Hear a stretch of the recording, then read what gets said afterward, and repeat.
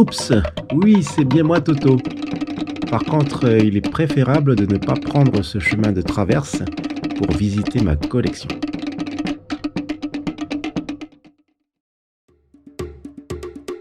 Yaorana et Maeva dans cette 10e vidéo de What's New Today. Aujourd'hui, lundi 10 février 2020, je décide cette fois-ci de me tourner vers les figurines de jeux de plateau au titre glorieux X-Wing. Tout comme dans la 9e vidéo, je vais me rendre dans une boutique spécialisée en bande dessinée, jeux de société, etc. où je trouverai normalement ces figurines. D'ailleurs, ce vaisseau, le Mist Hunter, appartient aux chasseurs de primes Zuckuss et Catlom, personnages énigmatiques que l'on aperçoit dans le film L'Empire contre-attaque. Alors, pour tout vous dire, je n'ai jamais joué à ce jeu de rôle, mais j'ai seulement craqué pour ces vaisseaux qui sont exceptionnellement détaillés à la perfection. Vous remarquerez que ces figurines sont encore sous blister d'origine. J'aime bien cette impression d'être comme dans un magasin de jouets quand je suis dans ma chambre de méditation. Ah, comme j'adore ces deux bandes dessinées locales de Vaiana et les petits cagous et Vaiana et la mine d'or. Ici, parmi ces trois grandes figurines, il y a le U-Wing, le vaisseau du film Rogue One, piloté par le droïde K2SO. Puis le Houndstooth, le gigantesque vaisseau du chasseur de primes Bossk. Et au verso, j'ai apposé le flyer de la boutique dans laquelle j'irai vivement faire un tour.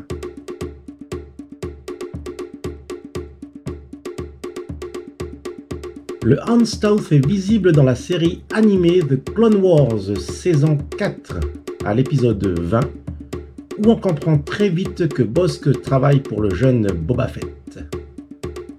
Enfin, cette magnifique réplique du Ghost et du Phantom de la série Star Wars Rebels, vaisseau visible également lors de la bataille spatiale sur Scarif dans le film Rogue One.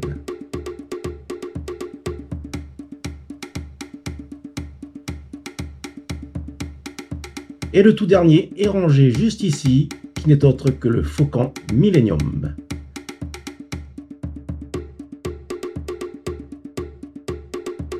A noter que toutes ces figurines du jeu de plateau X-Wing, je les ai achetées lors de la 8e édition du Week-end Geek, organisé par le Sci-Fi Club en novembre 2019.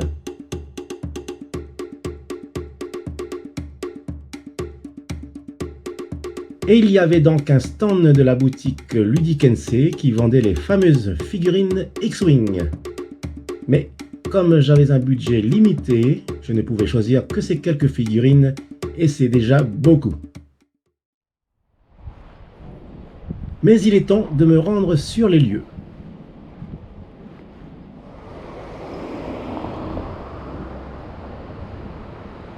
Voici enfin cette boutique qui, j'espère, proposera tout plein de ces figurines.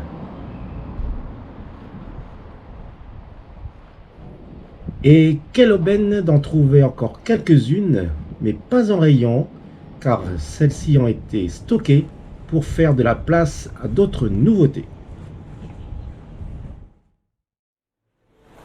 Je reprends sans hésiter le Faucon Millennium, et bien d'autres qui m'ont tapé à l'œil.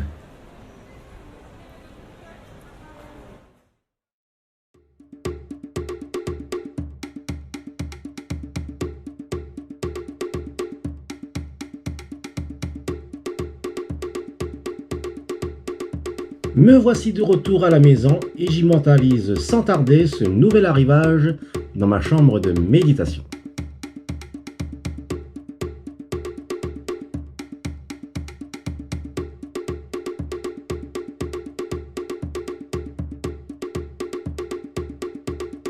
Les emballages sont vraiment soignés.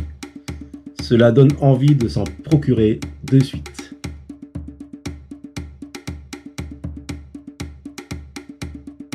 L'échelle pour chaque vaisseau est respectée, contrairement aux micro-machines où par exemple Faucon Millenium est aussi grand que le Snowspeeder, ou que le ATST est aussi grand que le HAT-HAT.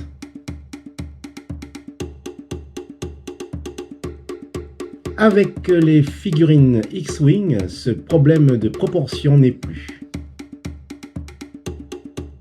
On peut ainsi facilement recréer un diorama digne de la bataille d'Endor ou de la bataille de Scarif.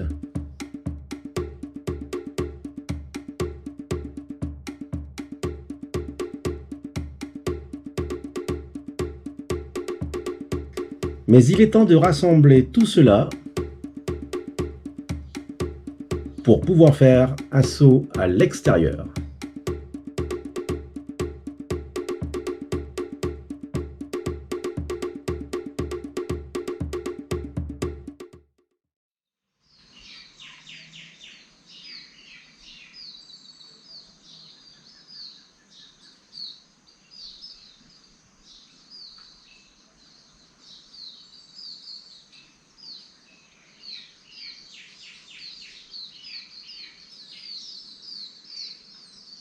En petit blister d'extension, on trouve le TIE Striker du film Rogue One, qui est splendide, un petit bijou. Et puis, il y a toujours les vaisseaux classiques à posséder, comme le chasseur TIE, le TIE Advance, que pilote Darth Vader, ou encore le bombardier TIE, que l'on voit pour la première fois dans l'Empire contre-attaque. Celui-ci est peu commun, un chasseur du Protectorat sous l'emblème de Mandalore. Encore un classique, le X-Wing.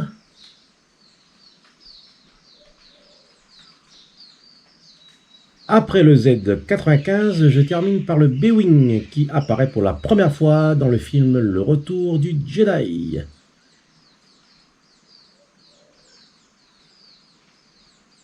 En grand blister, le pack de 3 figurines, il y a 2 Z95 et un Y-Wing.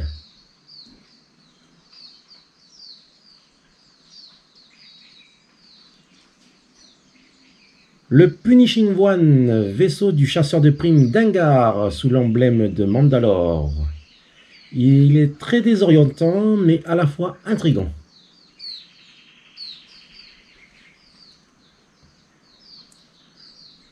Le fameux YT 2400, le cargo de Dash Rendar, ce personnage que j'aimais diriger dans le jeu Star Wars Shadows of the Empire sur N64, est également de la partie.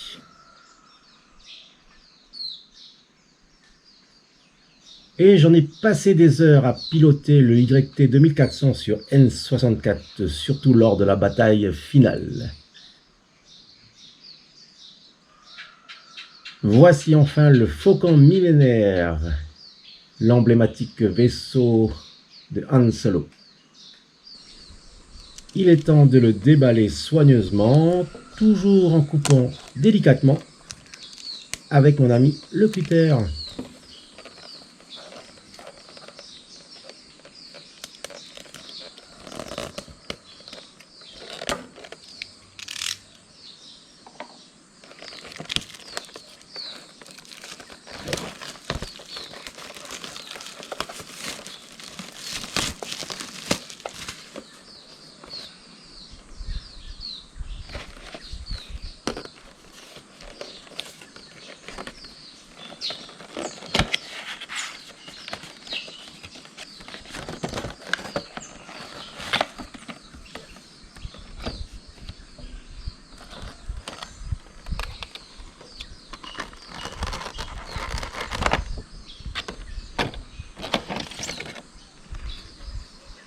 Il est vraiment très détaillé, bien peint et très léger.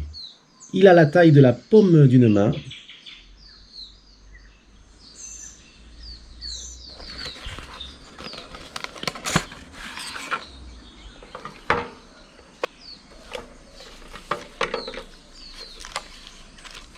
Le contenant restant, ce sont les cartes du jeu.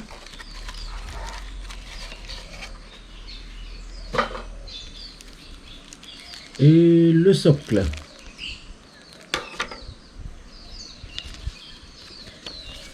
La notice du jeu que j'avoue n'avoir pas lu.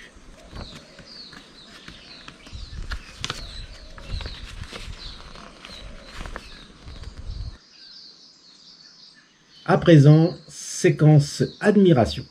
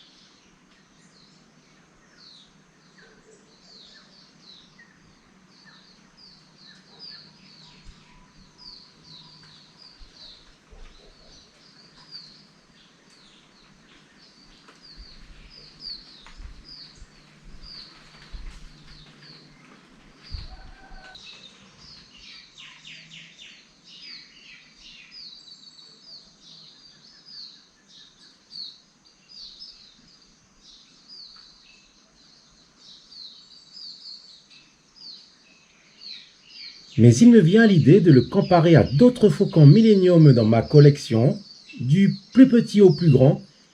Je sens que je vais bien m'amuser. Et c'est parti.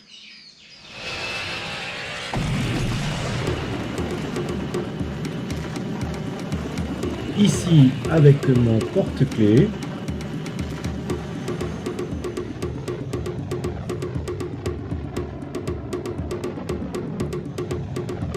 Avec la version Micro Machine.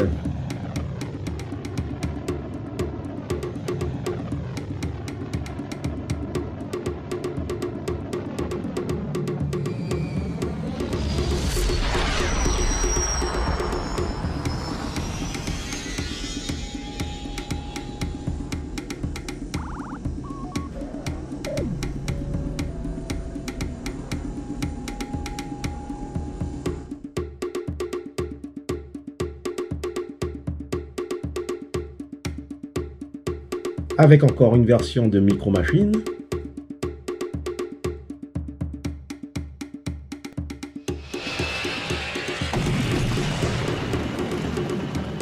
La version Titanium. Sans rire, la version du McDonald's.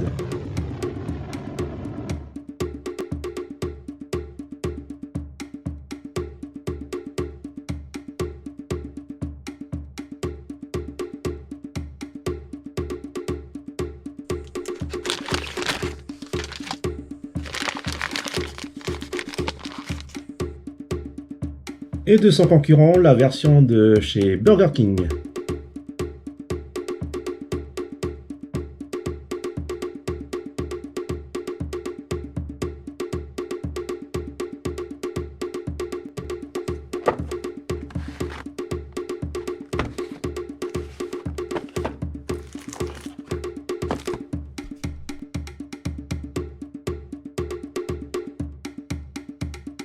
La maquette Level 1 de chez Revell que je n'ai pas encore assemblée.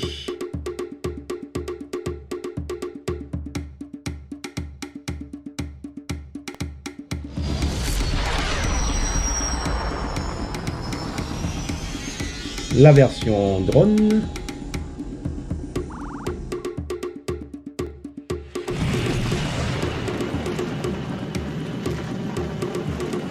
La version jouet Hasbro d'environ 20 cm.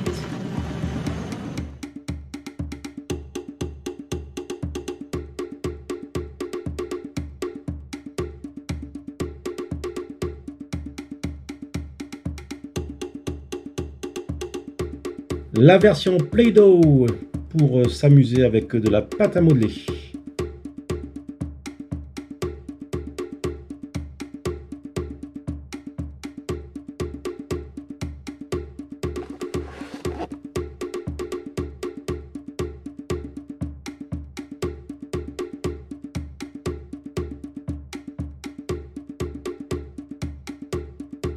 La version Level 2 de chez Revell. Bien plus grand que le Level 1.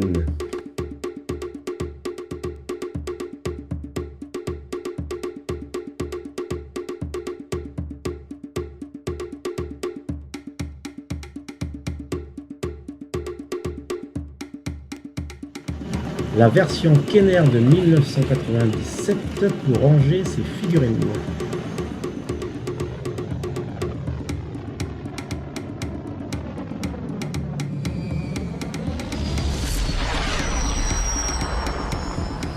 La version Kenner de 1979.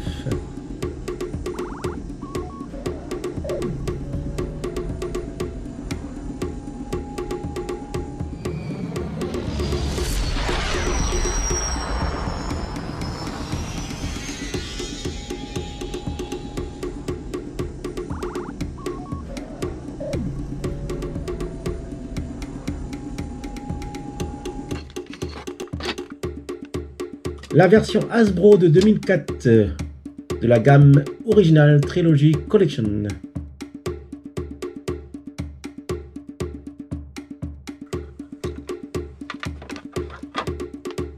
La version Hasbro de 2010 de Legacy Collection, avec ici les panneaux ouverts pour voir l'intérieur.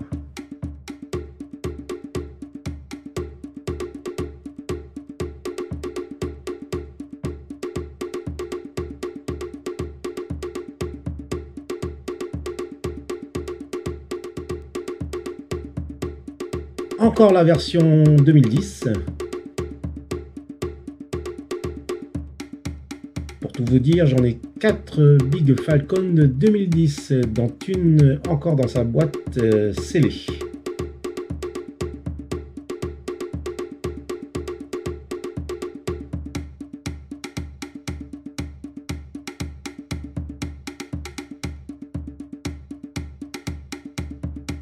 Voilà, je pense que je vais le ranger ici.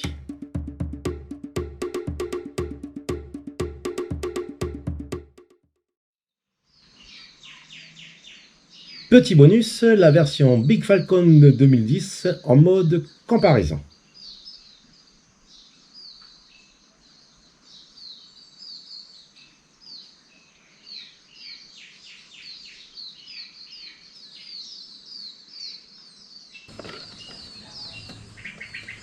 Le copilote Chewbacca est toujours à sa place.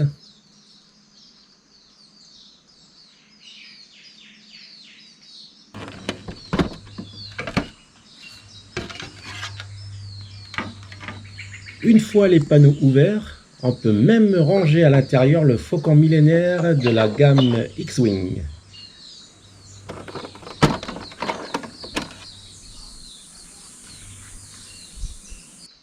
Et ici, on peut voir le fameux contrebandier Han Solo. Et la fameuse boule d'entraînement Jedi. Se termine cette vidéo de What's New Today. Mahalo de l'avoir visionné jusqu'au bout. Et je vous dis à bientôt.